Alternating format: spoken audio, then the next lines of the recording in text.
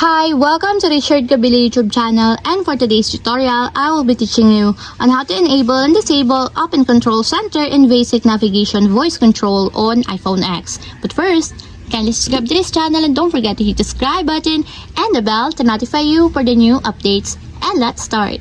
Using your iPhone X from your home screen, first go to Settings. Then in the settings, scroll down and find the accessibility and then tap.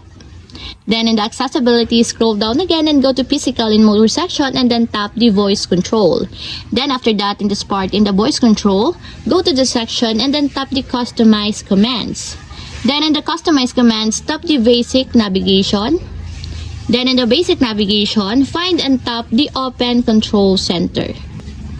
Then in the Open Control Center, as you can see that it is already enabled, but you have to activate the confirmation required to fully enable the Open Control Center.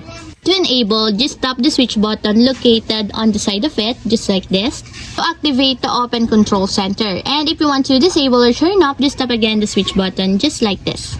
And that's it, we have successfully enabled and disabled Open Control Center in Basic Navigation Voice Control on iPhone X. If you have a question, can you comment down below and don't forget to hit the subscribe button and the bell to notify you for the new updates. And thank you for watching!